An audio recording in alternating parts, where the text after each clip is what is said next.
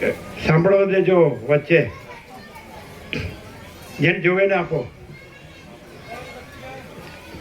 ભગવાનના વ્યાપક વાર્ષિકોત્સવના લીટ જેને જોવે એ લઈ લેજો.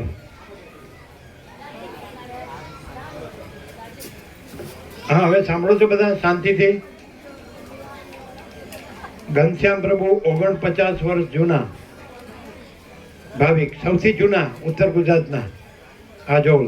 એમના બા બાપુજીએ લાભ લીધો.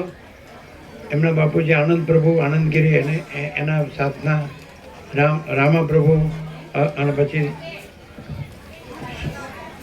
પેલા હતા ને ગૌરીશંકર પ્રભુ. એ તો સંપૂર્ણ ભગવાનના માણસ હતા, એ શિક્ષક હતા. એ હમણાં દેવ થઈ ગયા. ઘનશ્યામ પ્રભુ સાંભળો. ખોડિયા મહાદેવ આવતા, એના ભાઈ પણ આવતા, એ ડોક્ટર છે અમેરિકા. સ્વામીજીને કોટી કોટી વંદન. સર્વને જય પ્રભુ, સર્વને જય પ્રભુ. સાચા સમયે, સાચી જગ્યાએ અને સાચા સદગુરુનો સંયોગ થાય ત્યારે સમજી લેવું કે આપણા ભાગ્યનો ઉદય થઈ રહ્યો છે. આજે આ સાચો સમય છે, જગ્યા સાચી છે અને સદગુરુ સાચા છે. કબીરે પણ કહ્યું છે કે તીર્થ નાએ એક ફલ, સંત મિલે ફલ ચાર, સદગુરુ મિલે અનંત ફલ, કહત કબીર વિચાર. આપણને મફતમાં આકસ્મિક નજીકમાં સદગુરુ મળી ગયા છે, તો એનો જે લાભ છે એ આપણને અહીં ઘેર બેઠા મળે છે. ખરેખર પારસમણી છે. કાટ ખાઈ ગયેલું લોખંડ પણ પારસમણીથી સુવર્ણ બની જતું હોય છે.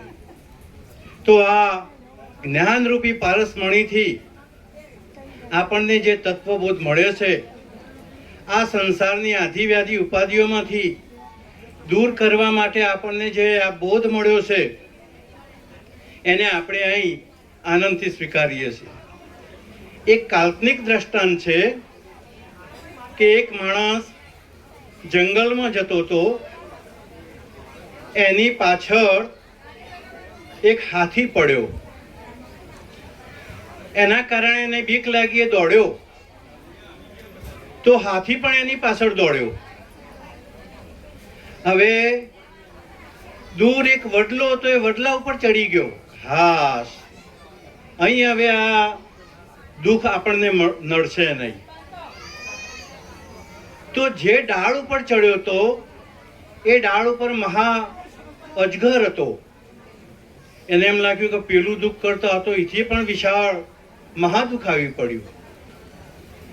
હવે એને એમ થયું કે આ અજગર તો આપણી તરફ સરકી રહ્યો છે, જો થડ બાજુ જઈએ તો હાથી આપણને પાડી દેશે. એ જ વડલાની વડવૈયો પકડીને એ એમ કે હું ઊભો રહું તો વાંધો નહીં, કારણ કે નીચે જાડી ઝાકરા છે, હાથી નહીં આવે. હવે નીચે જે એને વડવાઈ પકડીને નીચે જોયું તો અવાવર કૂવો હતો ને એમાંય સરપોલિયા ફરતા હતા. હવે માણસ ચારે બાજુના દુઃખથી ઘેરાઈ જાય ત્યારે ભગવાનને યાદ કરે છે, અને ભગવાન એમ જ સમજે છે કે ભગવાન ઉપર જ હોય, નીચે નહીં. આ તો આપણને અહીંથી ખબર પડી કે ભગવાન બધા નીચે છે, નહીતર પહેલા એમ જ સમજતા હતા કે ભગવાન ઉપર હોય. તો એને ભગવાનને યાદ કર્યા તો ઉપર એક ભમરાનું મધ હતું, ચોથું દુઃખ આવ્યું, અને એ પણ ભમરા ઉડતા હતા. તો પછી એને એમ થયું કે આજ આવી બન્યું છે. આ કાલ્પનિક દ્રષ્ટાંત છે.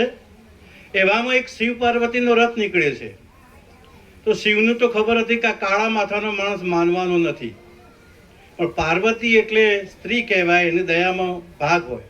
તો ગમે તે હોય, ચારે બાજુથી દુઃખથી ઘેરાઈ ગયેલો માણસ છે, એને આપણે આપણા આ વિમાનમાં લઈને થોડું દૂર મૂકી દઈએ. તો શિવ કે નહીં માને, કે એક વખત તો કહો. તો શિવે કહ્યું કે ભાઈ તું આ ચારે બાજુના દુઃખથી ઘેરાઈ ગયેલો છે, તું મારા રથ ઉપર આવી જા, તો એ આ શબ્દ કહેવા અને ઉપરથી ભમરાનું મધ એના મોંમાં પડવા. હવે એટલું મીઠું લાગ્યું તો શિવના શબ્દો પણ એને ગણગાર્યા કે નહીં નહીં, આ મીઠું મધ છોડીને મારે આવવું નથી. એમ આપણે પણ ચારે બાજુ સંસારના દુઃખોથી ઘેરાઈ ગયેલા છીએ. વૃદ્ધપણું હોય, જરાપણું હોય, રોગ હોય. આવા સદગુરુ આપણને આમાંથી બહાર કાઢવા માટે આપણને બોધ આપતા હોય, તો પણ આપણે અહીંયા માયામાંથી બહાર નીકળવા હજી પ્રયત્ન કરતા નથી. આપણે એમાં એમ જ રસ રાખીએ છીએ અને પડીએ છીએ. પણ અહીં એક વખત આવ્યા પછી ચોક્કસ અહીં આપણું એક બીજ હોય ને બીજ વવાઈ જાય તો એને 2 પાંદડા આવવાના જ છે. તો એ આવ્યા પછી તો કોઈ પણ વ્યક્તિ છે એના સત્સંગ રૂપી બીજ વવાશે, પણ એકલું બીજ વાવવાથી કંઈ ફાયદો થતો નથી. એને વારંવાર પાણી સિંચવું પડે છે. તો અહીં વારંવાર સત્સંગ સાંભળવી એ પાણી સિંચવું કહેવાય. અને એ સત્સંગથી જ આપણું એ વટવૃક્ષ મોટું થશે. પણ પાછા 2-4 પાંદડા આવશે એટલે ઘેટા બકરા ચરી જશે. ઘેટા બકરા ના ચરી જાય એટલા માટે આપણે એને વાડોલિયું બનાવવું પડે. હવે વાડોલિયું સદગુણોનું બનાવવું પડે.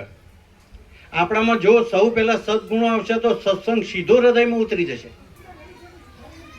ગાંધીજીએ કહ્યું હતું ને, સત્ય અહિંસા ચોરી ન કરવી, વણ જોઈતું નવ સંગરવું, બ્રહ્મચર્યને જાતે મહેનત કોઈ અડે ન વભડાવવું, અભય સ્વદેશી સ્વાર્થ ત્યાગને સર્વ ધર્મ સરખા ગણવા.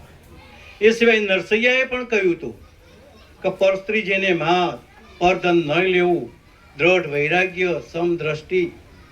જો આવા બધા સદગુણો આવશે અને આવા બધા સદગુણો રૂપી વાડ ઊભી કરીશું આપણે, તો ચોક્કસ કોઈ વિચાર આપણને એ 2 પાંદડા તોડવા દેશે નહીં.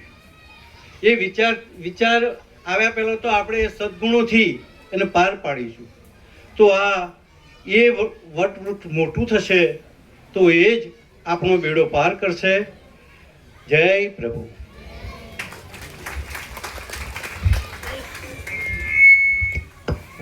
હવે તો નાનજી દાદાના ચિરંજીવી રામજી બ્રહ્મના ચિરંજીવી વિવેક